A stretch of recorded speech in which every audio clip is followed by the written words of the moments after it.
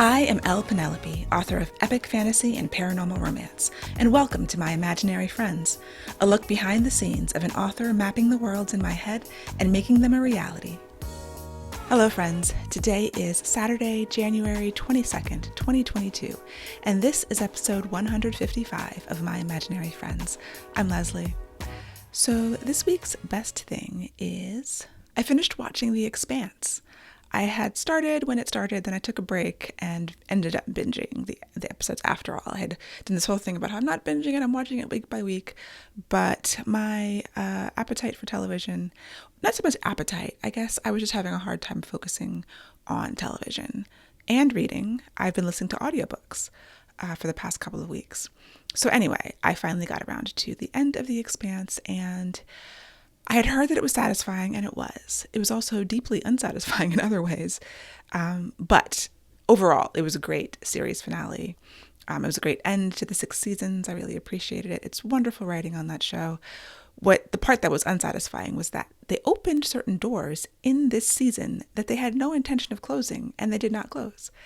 And my guess is that they were like, hey, if you want to know what happens, read the books. There's 3 more books in the series. There's short stories, there's extra media. Go consume them because the TV show is over and we set up these really cool things and these mysteries, but we're not going to finish them. It is an interesting way to approach a season finale. I'll give them that.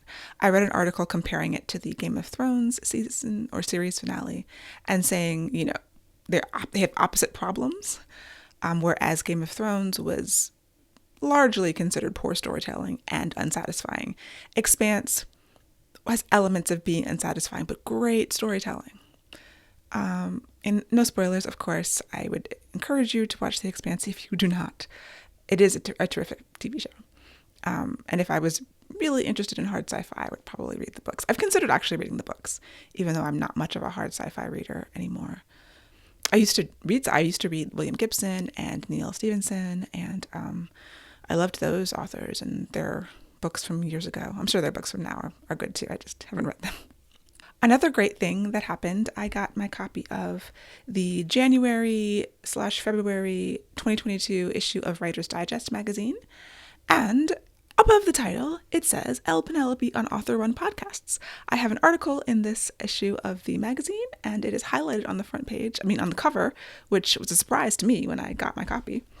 I interview several author podcasters, including many on the Frolic Podcast Network, but others as well, and I would encourage you to check out the issue. I think it's a great article, if I just say so myself. If you are an author and interested in starting a podcast of your own, there are some great insights in there from some of my co-author podcasters. It was an idea that I had that I pitched to the magazine, and they were interested in publishing it, obviously. So yeah, that's great. And thanks to all the authors who I interviewed and who are featured in the article. Writing update. So this week, I actually did meet my goal, which as of Friday, I was not sure I was going to meet. So my goal is the current book that I am writing. It is the proposal for this 1830s project. I wanted to get 2 chapters done this week. Initially, I was hoping for 3 chapters a week. Last week, I modified that to 2 chapters a week. This week, I was like, if I get 1 chapter done this week, I will be winning. But I ended up pulling it out, and yesterday, on Friday, I did finish chapter 6. My goal is to do 2 chapters next week. I know that was going to be difficult because these 2 chapters are kind of meaty, but we'll see what happens. And then after chapter 8, I think it's a really good stopping point for this proposal. It may or may not be 100 pages. Since this is a collaborative project, I was asked to do 100 pages for the proposal, but I really need to move into the book that I'm already contracted for, which I have been working on this whole time. It's just I need to actually start writing it. I'm going to get the proposal for that done. So I need to just kind of clear my brain. It's most of the first act, the first 8 chapters, and it leaves on a hook. Once I get to chapter 8, I think that will be a good stopping place, and I'm hoping that that will be done this coming week.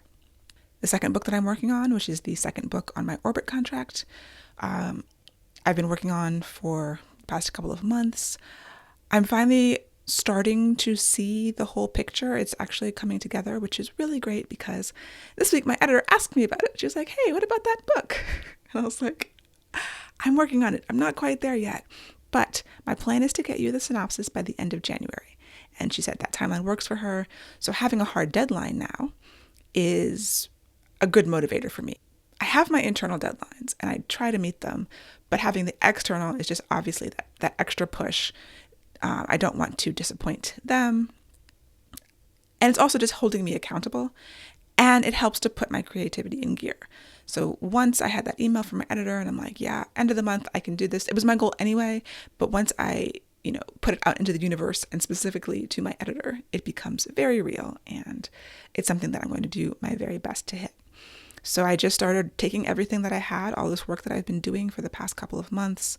I'd been making notes on an outline, but it was just like, okay, I just need to produce an outline. Like, obviously the book will change when I write it. It always does, but I can't even start writing without a synopsis, and I need a synopsis for my publisher too. So all part of the normal process. I had notes in different places. I have spreadsheets. I have ideas in my head. I have note cards. Now it's just the process is bringing it all together, looking at everything, evaluating it, and trying to write that damn synopsis. Things that have helped. My process is a bit chaotic. I kind of go round robin. So in one writing session, I might start with like my notebook, writing notes or reviewing my notes. And when I say my notes are in several places, I have a text file for notes. I have my Remarkable, which is a digital tablet in which I write notes. I have a physical notebook that I write notes in. I have my phone, which is on the go. I have a file in Google Keep that I write notes in. Lots of places for notes. I also have a multi-tab spreadsheet. I have my Scrivener document. I was using Plotter at first, then I stopped using Plotter for this. I moved everything into Scrivener. I've got a Scapple mind map for this. It's a lot. I throw everything at the wall for these stories, and especially one like this, which has been causing me problems in the plotting, because I looked in my text file. I've got 30,000 words in a text file of notes for this project. I also have notes in Notion, which is this sort of database type of program. And I've started keeping my research in Notion. So every time I look at a website or read an article, I've got several books too, but I make an entry in a table inside of Notion for it. So Notion is great because it allows you to sort of have nested content. So I have this whole research log, which looks like a spreadsheet, but each row of the spreadsheet, you open it up in its own document. So all of the notes from every website that I visit when I'm thinking of things and researching things for this project, I put inside of a document in Notion. Right now, that has 40 entries of different articles that I've researched, blog posts, whatever. In addition to the other pages of notes that are in Notion, which I totally forgot when I was just listing off places that I have notes. I don't know why I work this way, but I do. So I'll start in a notebook, and then I'll go to my text file to try to find the notes. And I'll remember that I wrote something somewhere, but where was it? And I'll look in the 15 different places and I'll find the note. And then that will spark me to look up something on a website. I'll find an article on a website. I'll log it in my research log. I'll make some notes there. I'll go back to my spreadsheet, which has my character, goal, motivation, and conflict. Then I'll go to One Stop for Writers and I will research character wounds. That will lead me to another article that I will put a note in my research log. I'll go back to One Stop. I'll go to my Save the Cat spreadsheet. That's not working. I'll go to my Dan Wells 7-point story plot system and I'll make a note there. I'll try to fill that out, but I'll get stuck. I'll go back to Save the Cat or One Stop or my notes. This is how it works. This is how it's been for 3 months. At the end of this process, which is what usually happens, I start a new text file where I just tell the story. I just everything that's going to happen in the story, I write it down. I did that. I realized it wasn't right. I went into Scrivener and I started doing that again in note card view. So breaking down every scene that could possibly happen in this story and just put them in the note cards and start arranging them. And that was almost working. I got a little stuck. I was talking to my friend. She was like, have you done the Fool's Cap, which is the story grid, the book by Sean Coyne, talks about the fool's cap method of breaking down the story. There's the beginning hook, the middle build, and the ending payoff. Each of these 3 sections are made up of 5 parts. They all have an inciting incident, complications, crisis, climax, and resolution. I hadn't done the fool's cap. I brought that into my master spreadsheet in a new tab, and I started trying to fill that out. I didn't know over the beginning. I got the inciting incident and a complication for the beginning hook. I didn't know what the crisis, the climax, and the resolution were, so I skipped to the middle build, and I actually got all 5 elements on the middle build. And then I was like, oh, wait, I think I understand what's happening. Went back to Scrivener, filled out some more note cards, and I think that I have an idea for the end. Like, one of the problems was I saw the first half and I didn't, and then I was like, and then, they fix it in the end. They win, they fight, they battle, and then they come out on top. Like, that's how the story goes. The second half of the stories are always, even once I have an outline, the second half is generally a little bit wibbly wobbly. But somehow, this chaotic process is the thing that settles the story in my brain.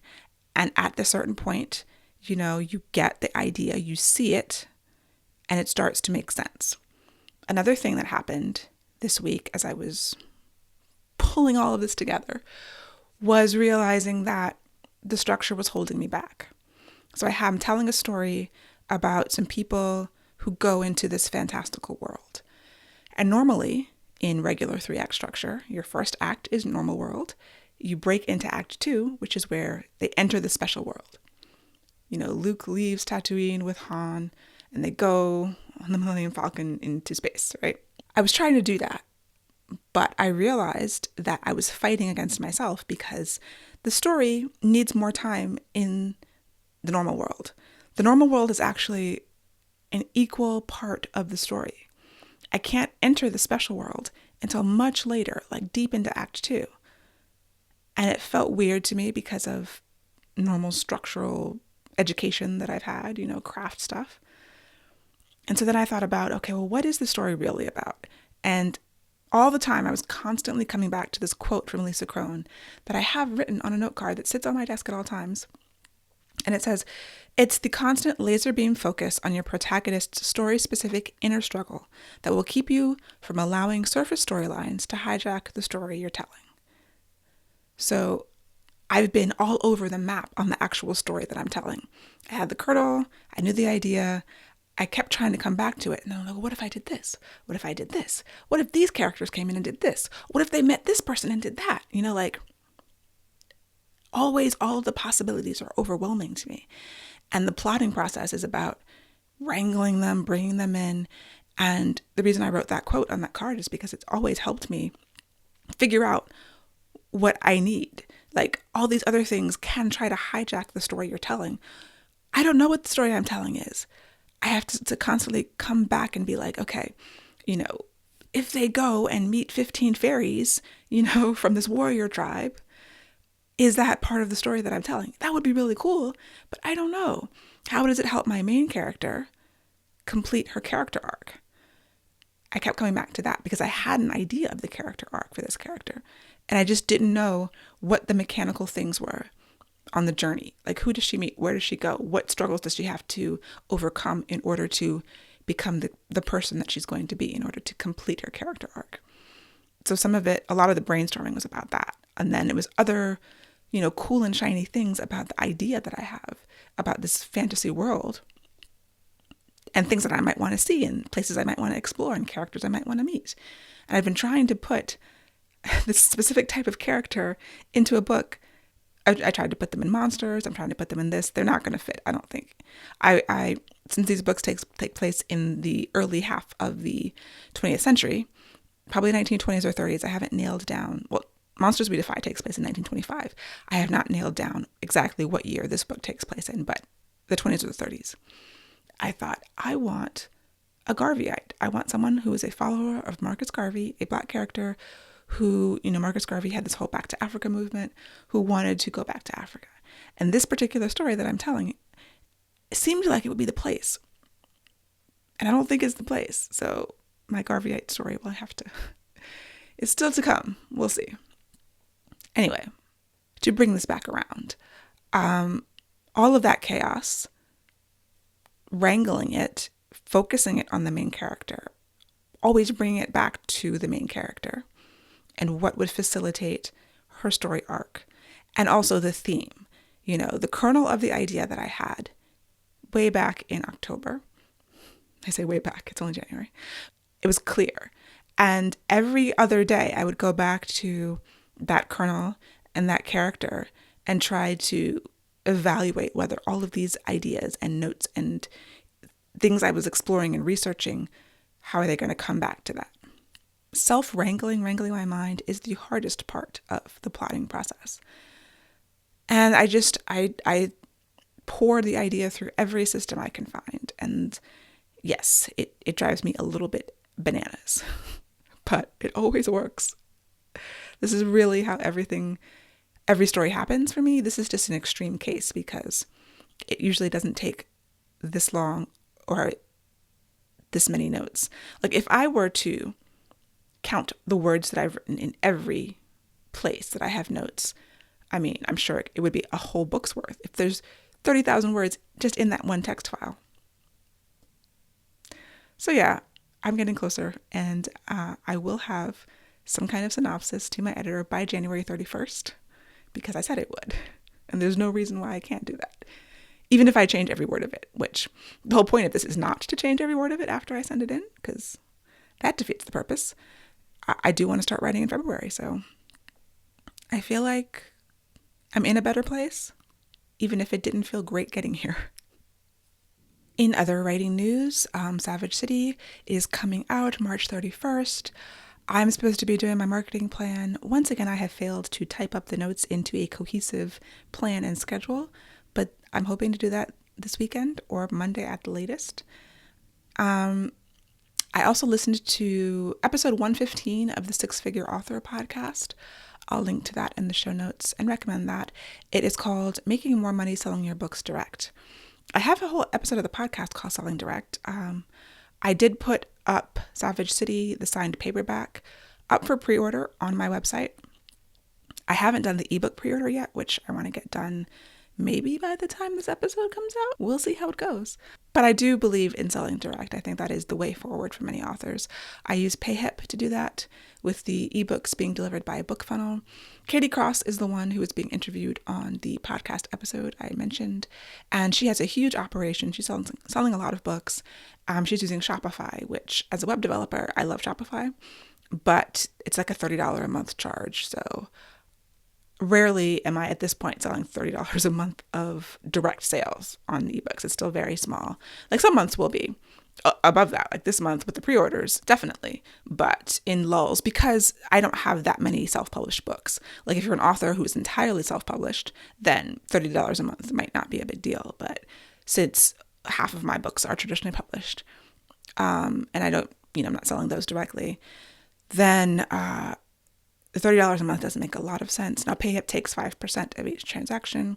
I could very easily, since I am a web developer, build an e-commerce store using WooCommerce on my website. As of now, I haven't felt like doing that. I do that for clients all the time, but sort of for the same reasons why the Shopify doesn't make a lot of sense. I don't know if it makes sense to invest the time in building a whole WooCommerce store. PayHip works really great. I like it. It's simple. It's not perfect, and it's, very out of the box. I can't customize things, but it's fine. As I think about trying to grow my direct sales, and in the years to come, if I have many more self-published books, which I don't know, right now I'm on like this 1 a year schedule. We'll see what happens. It may make more sense in the future. But as of now, I'm happy with PayHip. But I do want to listen to this podcast episode again and just try to incorporate some of the other techniques that Katie Cross talks about, because I think that they are really interesting. Like how do you teach your readers to buy directly from you as opposed to from Amazon or Nook or wherever else they're buying? And what can I give them that's exclusive or that incentivizes them to make the purchase from me? Where even with 5% coming from PayHip, that's a lot less than the 30% that Amazon and everyone else takes. So it's fine by me. So yeah, I will be thinking on that in the coming days. and just ways to, make that work a little bit better and make it, if I'm asking my readers to do something a little bit more difficult, like buying from Amazon, the easiest thing possible, it automatically drops onto your Kindle. Same with the other retailers. Even with BookFunnel, it's like one extra step. Like, I guess some readers might have set up BookFunnel if they get a lot of, books directly from authors to send to their Kindle. I haven't done that. When I get a book through BookFunnel, I actually have it sent to my email, then I forward the email to my Kindle. So I don't have to sideload. It's very easy, but it's still one extra step, extra forwarding. And now Amazon, every time I send them an ebook, they have to confirm it from my email. And it's like 2 extra steps. So if I'm asking for a reader to, go through one extra barrier to get the book, then it has to really be worth it. And just thinking about that and ideas for that. So that is what's going on with me, my goals for this coming week. Chapters 7 and 8 of this 1830s project. Then I'm going to do just a quick review and send it off for feedback. Also, plotting for this Orbit book 2, getting that really solidified, structured, written up, whatever has to be done to it, so that I can send it in a coherent way to my editor for her feedback, and get this marketing for Savage City together. I think these will be, the goals for the foreseeable future, at least the last 2. But that's it for me for this week. I hope that you have a wonderful week. I hope January is treating you well, and I will talk to you next week. For episode show notes and to sign up for the Footnotes newsletter and get the show notes in your inbox, go to myimaginaryfriendshow.com. Subscribe wherever you get your podcasts and watch the video episodes on YouTube. I would really appreciate a rating or review to help support the show. And My Imaginary Friends is part of the Frolic Podcast Network. For more fantastic podcasts, go to frolic.media/podcast.